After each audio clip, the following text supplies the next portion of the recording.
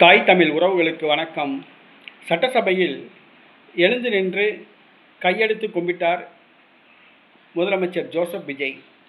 சட்டசபையில் எழுந்து நின்று கையெடுத்து கும்பிட்டார் முதலமைச்சர் ஜோசப் விஜய் என்ற தலைப்பில் இந்த காணொளியை நாம் காண்கிறோம். தமிழக சட்டசபை பட்ஜெட் கூட்டத்தொடர் இன்று ஆரம்பித்தது. பட்ஜெட் இன்று தாக்கல் செய்யப்பட்டது.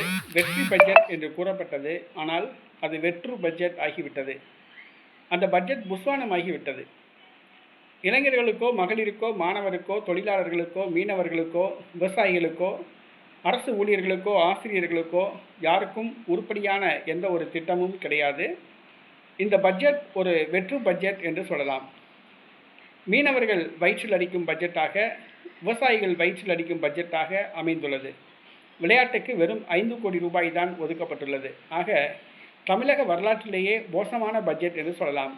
அந்த பட்ஜெட் கூட்டத்தொடர் இன்று நடைபெற்றது. தமிழ்நாடு முதலமைச்சர் ஜோசப் விஜய் வந்து கலந்து கொண்டார். ஜோசப் விஜய் சட்டசபைக்கு வந்ததும் தவேகா சட்டமன்ற உறுப்பினர்கள் அவரை எழுந்து நின்று கையெடுத்து கும்பிட்டு வரவேற்று அவரை அவரது இருக்கையில் அமர வைத்தனர்.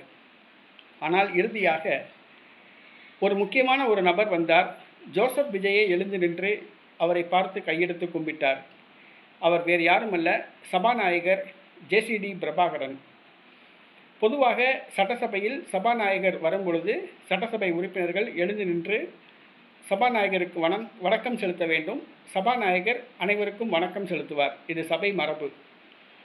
ஜேசிடி பிரபாகர் வந்து சபாநாயகர் இருக்கைக்கு வந்தவுடன் முதலமைச்சர் ஜோசப் விஜய் உள்ளிட்ட அனைவரும் எழுந்து நின்று சபாநாயகருக்கு வணக்கம் செலுத்தினார்கள். சபாநாயகரும் பதில் வணக்கம் செலுத்தினார்.